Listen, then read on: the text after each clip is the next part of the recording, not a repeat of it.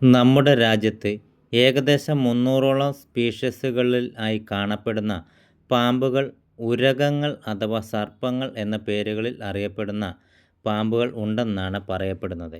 ഇവയിൽ 66 ഓളം പാമ്പുകൾ മാരക വിഷമുള്ളവയും 23ഓളം പാമ്പുകൾ കടിച്ചാൽ മരണം ഉറപ്പാണ്.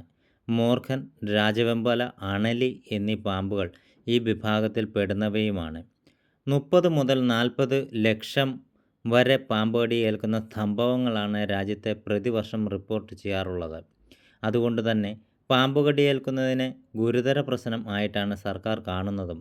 ഇതിൻ്റെ തുടർച്ചയായി പാമ്പുകൾ കടിയേൽക്കുന്നത് ഇപ്പോൾ നോട്ടിഫയബിൾ ഡിസീസസ് വിഭാഗത്തിൽ ആണ് ഉൾപ്പെടുത്തിയിരിക്കുന്നത്. ആയതിനാൽ തന്നെ പാമ്പ് കടിയേറ്റ് ചികിത്സ തേടി ആരെങ്കിലും എത്തിയാൽ അതേക്കുറിച്ച് സർക്കാർ തലത്തിൽ സ്വകാര്യ ആശുപത്രികൾ നിർബന്ധമായും സർക്കാരിനെ അറിയിച്ചിരിക്കണം എന്നതാണ് പുതിയ നിർദ്ദേശത്തിന് കാരണം.